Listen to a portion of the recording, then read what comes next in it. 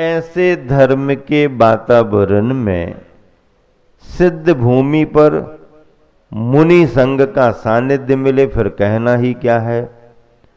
पाठशाला अधिवेशन में सिवनी की पाठशाला हर वर्ष आती थी मध्य प्रदेश से। इस बरस कुछ असुविधाएं होने से नहीं आ पाई, लेकिन उनका भाव था कि पाठशाला का अधिवेशन हो गया तो हो गया, लेकिन जिन महाराज जी से प्रेरणा मिली है पाठशाला की, अपन को तो शिखर जी चलना। सारी बहनें आई, आचर्षी से व्रत ले लिए पाठशाला की बहनों ने, इतना अच्छा संचालन करती हैं। वो आई हैं, उनका सम्मान और उनका सामान समिति के पास सुरक्षित रखा हुआ है। बढ़िया। 1000 किलोमीटर दूर से माता पिता ने किस भरोसे से महाराज जी के पास भेज दिए, जाओ। नहीं जा पाए अधिवेशन में, कोई बात नहीं, अभी भी चले जाओ। कितनी बड़ी बात होती है। बिना निष्ठा के कोई काम नहीं होते। अड़ोस पड़ोस में आदमी नहीं जा पाते, जब भावना बनती है तब जाते हैं। महाराष्ट्र वाले कितने भाग भाग करके दौड़ दौड़ करके आ रहे हैं, कभी कारंजा वाले हैं, कभी अमरावती वाले, अंजनगांव वाले तो बढ़ चढ़ करके सभी जन अच्छा लाभ ले रहे हैं। जब भी इन्हें मुनि संघ आर्य का संग मिला, इन्होंने भरपूर लाभ लिया, खूब भक्ति की, और शिक्षाविद हैं, स्वाध्यायी लोग हैं, देवशास्त्र गुरु की पहचान रखने वाले लोग हैं। तो ऐसे श्रावक बंधु निरंतर कहां पर, सम्मेद शिखर जी में मधुवन में उपस्थित हो रहे हैं। आचार्य महाराज क्या कह रहे हैं कि निर्जन स्थान जिसे अच्छा प्रतीत होता है, ऐसा अनुभवी पुरुष एकांत में रहना चाहता है। निज कार्यवशात अपने किसी कार्यवशों से यदि किंचित उक्त्वा कुछ कहना भी हो तो वह कह करके दुर्तम विस्मृति, शीघ्र ही उसे भूल जाता है। कुछ कहने का भाव हुआ तो कह दिया, कह करके तुरंत उस विषय को भूल जाता है, क्योंकि वह किसी विषय में लंबे समय तक अपने उपयोग को लगाना नहीं चाहता। अपना उपयोग अपने कार्य में लगा रहे। भावार्थ देखिए, मिलान करो। निर्जनता को चाहने वाला योगी एकांतवास की इच्छा करता है, और अपने कार्यवश यदि कुछ कह भी दे तो उसे शीघ्र भुला देता है। आवश्यकता प्रतीत हुई, बातचीत हो गई, फिर भूल जाता है। गुरुवर आचार्य श्री से एक बार किसी विद्वान ने प्रश्न कर दिया।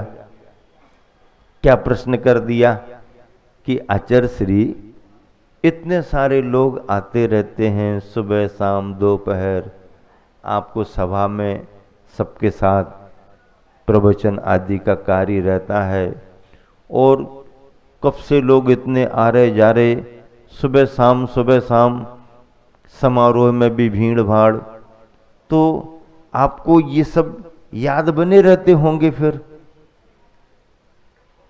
याद तो बने रहते होंगे आपको सब, कौन आया कहाँ से आया, कौन आया कहाँ से आया, कौन आया कहाँ से आया। तो आचार्य जी कहने लगे, क्यों, तुमने फोटोग्राफर को देखा है कभी? तो कहने लगा, हाँ आचार्य जी, फोटोग्राफर को तो देखा है। तो समारोह में फोटोग्राफर फोटो निकालता कि नहीं निकालता? बोले हाँ आचार्य जी, फोटो निकालता है। तो फोटोग्राफर क्या करता है? तो वो पंडित जी कहने, आचार्य जी आप ही बताओ क्या करता है? तो आचार्य जी कहने लगे, फोटोग्राफर को मालूम है इस समारोह की भीड़ में से कितनी फोटो निकालनी है, इस समारोह की भीड़ में से कितनी फोटो निकालनी है, वो फोटोग्राफर को मालूम रहता है। वो अपने तरीके से उतना उतना मिला करके और फोटो निकालता रहता है। लेकिन ध्यान रखना, फोटोग्राफर के पास एक कला और होती है कि जिनकी फोटो निकालना, वो तो फोटो निकालता ही है, लेकिन बाकी को असंतुष्टि ना हो इसलिए फ्लैश चमकाता रहता है। क्या बाकी सब पर फ्लैश चमकाता रहता है, वो समझते हैं फोटो निकल रही, और बाकी तो जिसकी निकालना उसकी निकाल लेता। फोटोग्राफर सबकी फोटो कहां तक निकालेगा, है? तो जिसकी निकालना उतनी ही निकालता है और बाकी सबको। तो भैया हमारे पास भी सुबह से शाम तक लोग आते रहते हैं, मुझे मालूम है कितने से प्रयोजन है, किससे कार्य है। जिससे प्रयोजन उसकी फोटो निकाल ली और बाकी फ्लैश चमकाते रहते हैं बाकी सबको हाँ आशीर्वाद आशीर्वाद आशीर्वाद आशीर्वाद, सबको अपना खुश संतुष्टि। भाई इतने 1000 किलोमीटर दूर से आया, उसको लगना तो चाहिए गुरु ने देख लिया। किसी को देख करके, किसी को मुस्कुरा करके, किसी को सिर हिला करके, किसी को हाथ उठा करके संतुष्ट करते हैं। बाकी जितना प्रयोजन जिससे होता है उसको ही उपयोग में। कितना बढ़िया उदाहरण दिया। तो ऐसे अपने गुरुवर अनुभव सिद्ध व्यवहारिक उदाहरणों के माध्यम से सभी को समझाते रहते थे। देखो इसमें क्या लिखा है, दोहानुवाद पढ़ें और पद्यानुवाद भी पढ़ेंगे। बास रुचे एकांत का आदर निर्जन थान, यदि कुछ कहता कार्यवश तुरत भूलता जान। अब नीचे पद्यानुवाद। जन मन तन रंजन में जिसको किसी भांति न रस आता, अतः सदा एकांत चाहता मुनि बन वन में वस जाता। निजी कार्य बस कभी किसी से कुछ कहना हो कहता है, कह कर भी झट विस्मृत करता अपनेपन में रहता है। देखो कितना अच्छा पद्यानुवाद गुरुवन ने लिखा। जन मन तन रंजन में जिसको, जन रंजन, मनरंजन, तन रंजन। कोई जन में रंजायमान हो रहा, कोई मन में रंजायमान हो रहा, कोई तन में रंजायमान हो रहा। अर्थात रंजायमान यानी आसक्त उसमें लगा हुआ है। जन रंजन, तन रंजन, मनरंजन, दंत मंजन, इन सब में लगे हैं। कोलगेट है, सफेदी का राज, दांतों की चमक। कोई तन रंजन, कोई मन रंजन, कोई धन रंजन, कोई दंत मंजन। आचार्य श्री कहते थे बार बार, जन रंजन, मन रंजन, तन रंजन, धन रंजन में लगे हैं, निरंजन की कोई बात कर ही नहीं रहा। निरंजन सिद्ध परमात्मा, सारे अंजनों से रहित, अंजन मंजन व्यंजन अंजन से रहित, मंजन से रहित, व्यंजन से रहित, जिसके परिणाम अपने उपयोग में लगते हैं वही निरंजन पद को प्राप्त करता है। निरंजन पद को प्राप्त करता है। जन मन तन रंजन में जिसको किसी भांति न रस आता, उसमें रस नहीं आ रहा। फिर सदा, अतः सदा एकांत चाहता, हमेशा एकांत। एकांत का मतलब क्या? निर्जन स्थान, जन शून्य स्थान, कोलाहल ना हो। आप अपन स्वाध्याय कर रहे हैं, अभी कोई रिकॉर्ड बजा दे, अभी किसी का मोबाइल चलने लगे, अभी टीवी चलने लगे, अपना उपयोग नहीं लगेगा। कितनी बड़ा उपयोग लगाने वाला हो, कहीं आवाज आ रही है, कहीं शोर शराबा हो रहा है, उसको उपयोग नहीं लग पाता।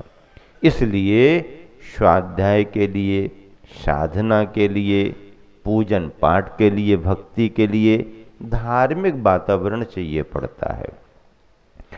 गांव के किनारे जो मंदिर बनाए जाते थे, जिन्हें नसिया जी कहते थे, उनका प्रयोजन क्या? गांव में भी जिन मंदिर हैं, पर गांव से हटके थोड़ा सा बाहर भी बनाए जाते। क्यों? क्योंकि गांव का वातावरण, आपने कुछ बजाना शुरू किया, पड़ोसी ने ये भैया आवाज धीमी करो, आपने थोड़ा सा कार्यक्रम किया, रास्ता रोक लिया, है ये हो रहा वो हो रहा, अड़ोसी पड़ोसी मोहल्ले में असुविधाएं हो सकती हैं।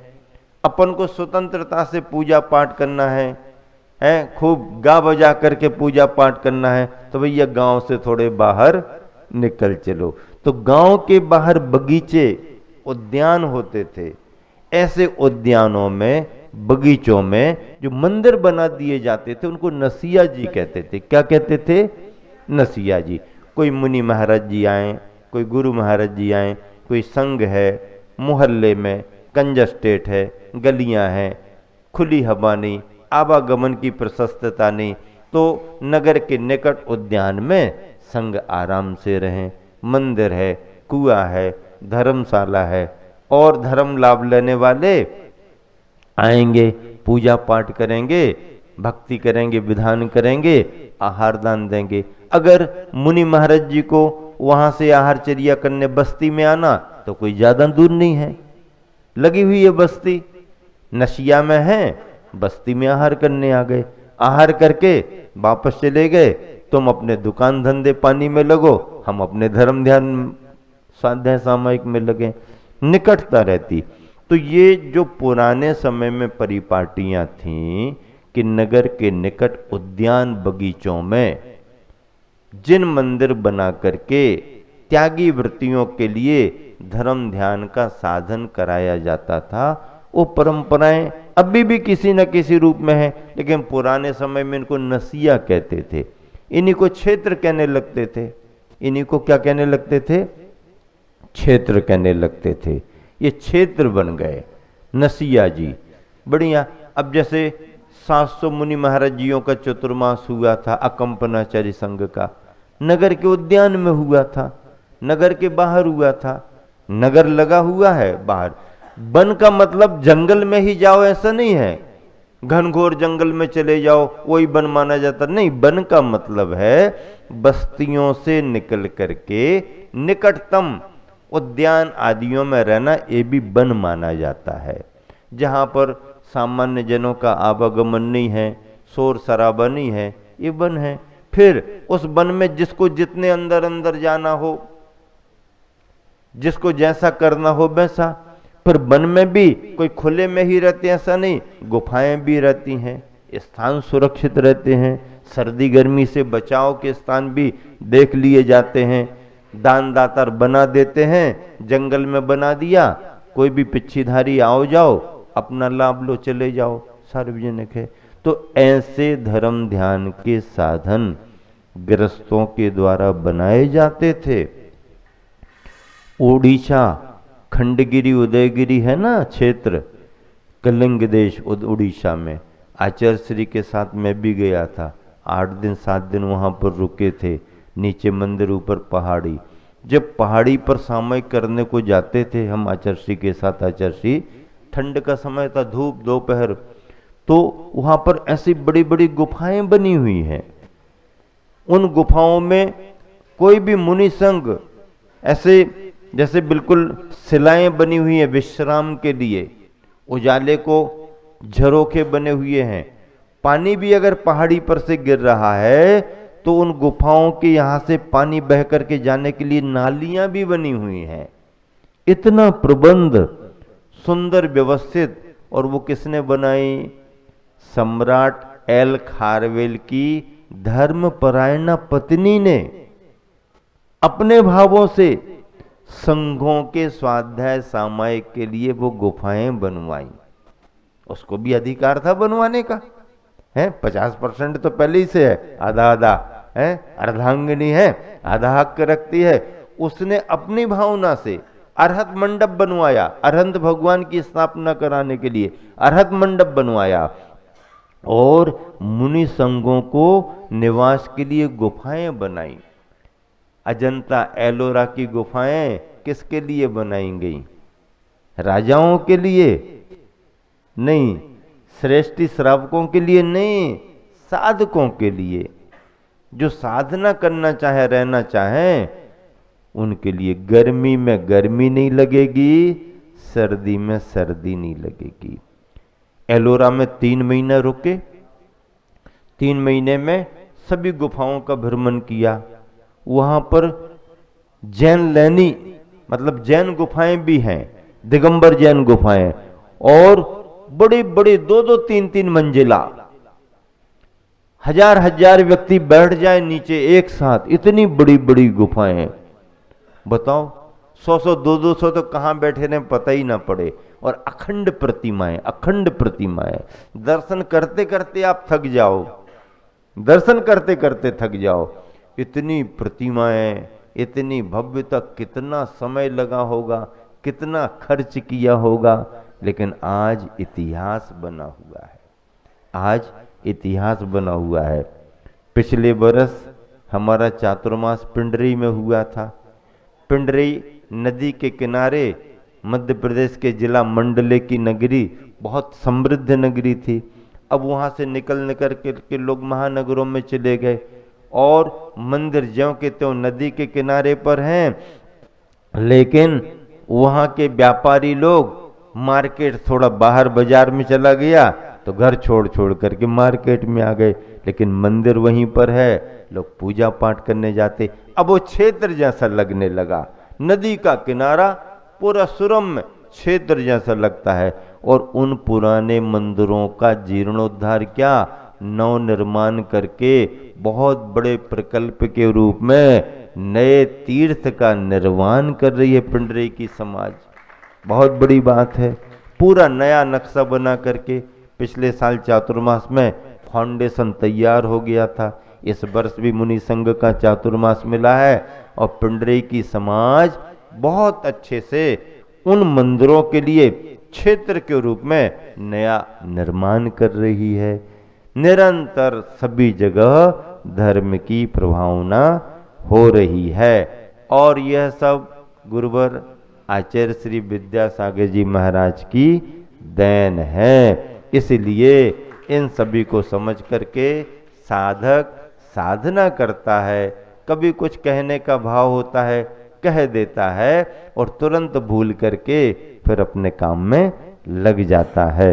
इसी शुभ भावना से विराम देता हूँ। महावीर भगवान की